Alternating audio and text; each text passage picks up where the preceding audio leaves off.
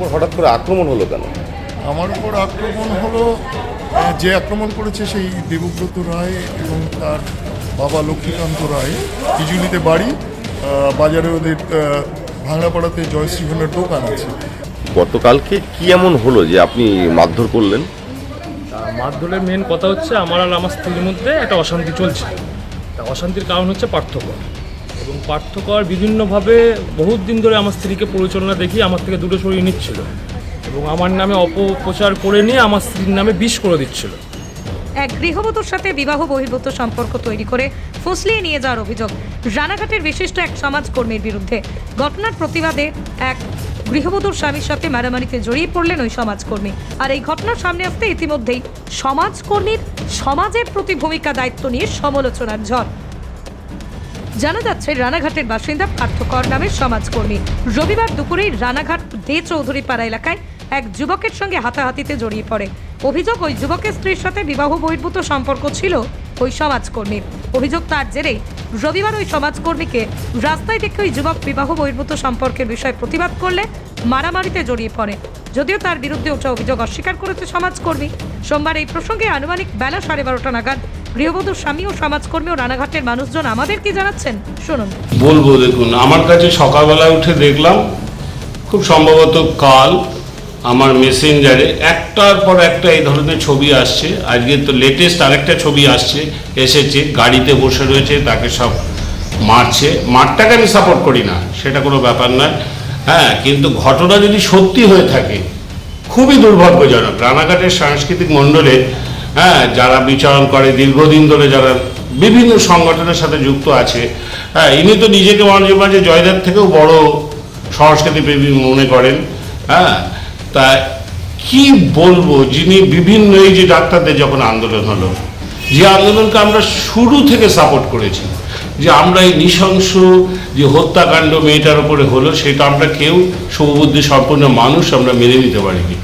কিন্তু দেখলাম এই ডাক্তারদের আন্দোলনকে কেন্দ্র করে এই শ্রেণীর লোক, যারা অ্যাকিউজড, যাদের ছবিতে দেখা যাচ্ছে, ফেসবুক খুললে, মেসেঞ্জার খুললে সর্বত্র দেখা যাচ্ছে, তাদের দেখা যাচ্ছে এরা সেই সময় আমরা রানাঘাটে দেখেছি চৌরঙ্গীর মোড়ে এদের মাইকের মাধ্যমে সেই বিপ্লবী কথাবার্তা। আমরা উৎসবে নেই, কিন্তু আমরা রাস্তায় আছি। আমি তো তাকে অনুরোধ করব, সে আমার বন্ধুমতির, মানে আমরা সমবয়সী অ্যাটলিস্ট, তা আমি তো অনুরোধ করব, আপনি যদি উৎসবে থাকতেন তাহলে আপনি এই ধরনের ঘটনার সাথে যুক্ত হতে পারতেন না, কারণ অনেক লোকের চোখের সামনে আপনি থাকছেন।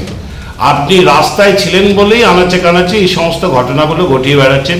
শুধু this is not only the one incident, অনেক ঘটনা আছে যাকে কেন্দ্র করে এই আমাদের পাড়াতেই ওই তেরঙ্গির ওখানে একটা বাড়িকে কেন্দ্র করে স্ক্যান্ডাল আছে।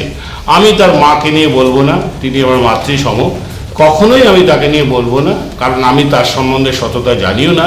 কিন্তু ঘটনা হচ্ছে এই শ্রেণীর লোকেদের সমাজ থেকে একদম দূরে রাখা উচিত, এবং যে সমস্ত সংগঠন এদের ডাকে এই কৃত্রিম ভয়েসে অ্যানাউন্স করা, আমিও এক সময় বিভিন্ন সংগঠনের সাথে আমি অ্যানাউন্সমেন্টে ছিলাম, আপনি নিজেও জানেন, আপনি নিজেও একটা সংস্কৃতিবান মানুষ, তা সেইখানে দেখেছি এদের ইমিডিয়েটলি সমাজ থেকে দূরে রাখতে হবে। আমি জানি না, ওর ওয়াইফ আছে, ওর মা একজন সম্ভবত শিক্ষিকা, তারপরে ওর মেয়ে আছে, ওর মেয়ের ছবি। পৃথিবীর 3 ভাগ জল 1 ভাগ স্থল, তাই পানীয় জলের অভাব নেই, কিন্তু বিশুদ্ধ পানীয় জল একটাই, বৃষ্টি অ্যাকোয়া। প্রতি ফোঁটায় আনে তৃপ্তি, মেটায় তেষ্টা। বৃষ্টি অ্যাকোয়া, বিশুদ্ধ পানীয় জল। ওদের অভিযোগ, ওদের বাড়ির বউ অর্থাৎ দেবব্রত রায়ের স্ত্রী, সে 498 কেস করে বাড়ি থেকে চলে গেছে, চলে তার বাপের বাড়িতে থাকে।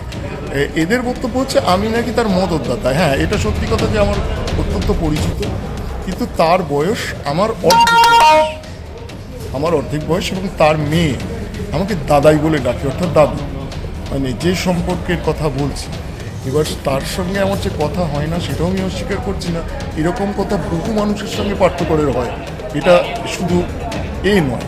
কিন্তু ওদের বিশ্বাস বা কোথাও একটা মনে ভরপুর কোনো কিছু হয়েছে যে আমি বোধহয় মদত দিয়েছি। হ্যাঁ, রাজা ব্যানার্জি যে উকিল ওই 498 কেস করেছে, সে আমার বন্ধু, এটা সত্যি কথা, এটা তোমরাও জানো। কিন্তু এ ব্যাপারে আমার কোনো ভূমিকা নেই। আচ্ছা, যদি তাই হয় তাহলে ধরে নেওয়া যাক যদি আমি অপরাধী হই, আমার বিরুদ্ধে আইনানুগ ব্যবস্থা তো নিশ্চয়ই নেওয়া যেত। আমাকে ওরকম মোটর সাইকেল দিয়ে নিয়ে এসে আক্রমণ করে ধারালো অস্ত্র দিয়ে আমার একটা আঙুল কেটে ঝুলেছে, এই আঙুলটা কেটে ঝুলছে, আমার কপালে ক্ষত, আমার চোখে ক্ষত, আমার পাঁজরার হাড় বোধহয় ভেঙে গেছে, এত প্রচণ্ড ব্যথা।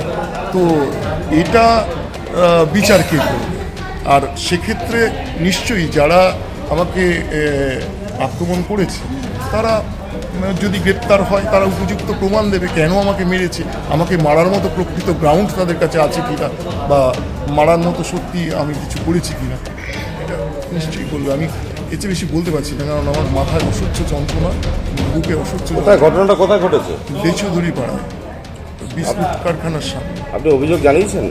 আমি অভিযোগ জানাতে চলেছি, কারণ যেহেতু আমি হাসপাতালে আমাকে অ্যাডমিশন করে দিয়েছে, ওরা ভয় পাচ্ছে বোধহয় কোনো ইন্টারনাল হ্যামারেজ থাকতে পারে বা পাঁজরা আঙুলের হাড় ভাঙতে পারে, এবং তাছাড়াও আমি অসুস্থ হয়ে গিয়ে একবার বমি করেছি, ওই কারণে। আপনার নাম?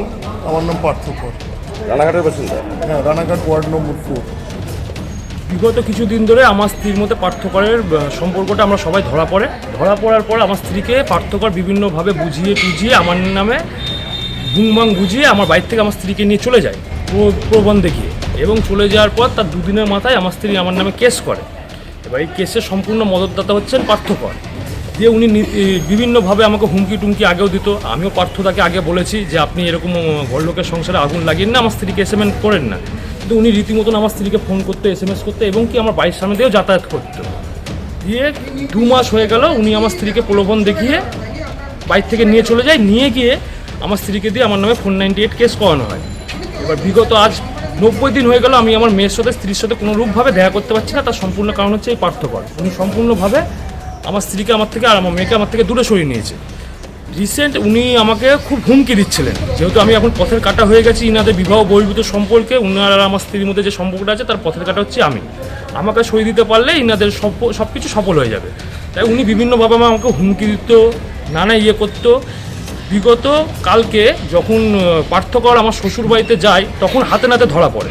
হাতে নাতে ধরা পড়লে এবার যেহেতু স্বাভাবিক ব্যাপারে আমাকে হুমকি দিতে থাকে, আমি জিজ্ঞেস করি কেন আসলেন, উনি নানাভাবে আমাকে হুমকি দিতে থাকার পর ধস্তাধস্তি হওয়াতে এবার আমি আমার আত্মরক্ষার জন্য, ওনারও যেমন লেগেছে আমারও আত্মরক্ষাতে আমারও লেগেছে। আপাতত আমি 90 দিন হয়ে গেল আমি আমার মেয়ের সাথে কোনো রূপভাবে দেখা করতে পারছি না। আপনাদের সবার কাছে অনুরোধ, আপনারা আমার মেয়েকে ফিরিয়ে দেন।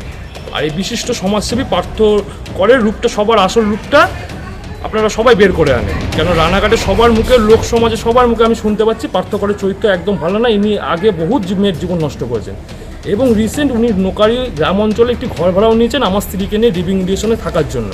আর আমার মেয়েকে কোনো রূপভাবে আমার সাথে দেখা করতে দিচ্ছে না। আজ 90টা দিন হয়ে গেল। আপনার বিরুদ্ধে তো অভিযোগ হয়েছে আপনি মারধর করেছেন, থানায় অভিযোগ হয়েছে। এবার আমাকে যদি উনি মারধর করতে, আমাকে আত্মরক্ষায় তো মারধর করতেই হবে। আপনি অভিযোগ করেছেন? আমি অভিযোগ এখনো করে হয়ে গেছে। উনি যেহেতু মারধর করছে, আমাকে ঠেট দিয়েছেন এবং আমাকে বলেছে অন্যভাবে বুঝে নেবে, আমাকে পথের কাটা থেকে সরিয়ে দিতে চাইছে। ওনার স্ত্রীও কালকে এসে আমাকে হুমকি দিয়েছে। এখন আপনি কি চাইছেন? এখন আমি চাইছি আমার বাচ্চাটাকে আমাকে ফেরত দিয়ে দেন সবাই। আমার মেয়েকে ছাড়া আমরা বাঁচতে পারছি না, আমার পরিবার পুরো শেষ হয়ে গেছে আমার মেয়ের জন্য। আমার 7 বছরের মেয়ে, তাকে পার্থকর কোনোভাবেই আমার সাথে দেখা করতে দিচ্ছে না, এবং তাকে বড় স্কুল থেকে ছাড়িয়ে নিয়ে সব, মানে আমার মেয়ে কোনো সুযোগ সুবিধাই পাচ্ছে না। এখন আমার মেয়েকে ছাড়া আমরা বাঁচতে পারছি না। আপনার নাম? আমার নাম দেবব্রত রায়। কোথায় বাড়ি? রানাঘাট হিজুরি। নদিয়ার সবথেকে বড় English medium school JRS public school প্রায় 35 বিঘা জমির ওপর গড়ে উঠেছে বিশাল ক্যাম্পাস। নার্সারি থেকে শুরু করে উচ্চ মাধ্যমিক, ITI college, law college, BEd college, ভর্তি চলছে। JRS public. আপনি কোথায় ইনভেস্ট করবেন, কেন করবেন, বুঝতে পারছেন না তো?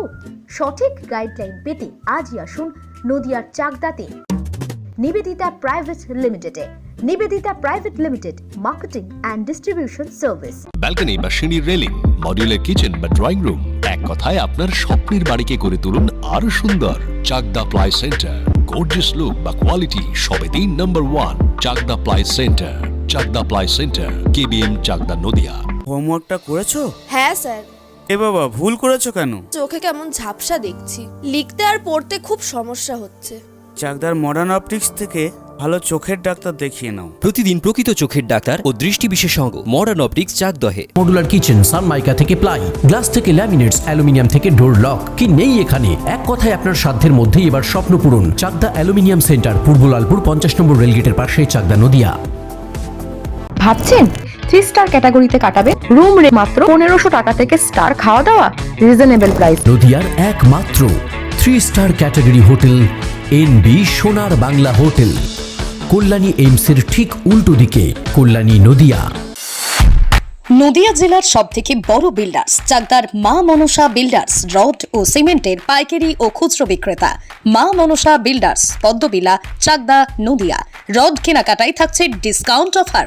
মা মনসা বিল্ডার্স।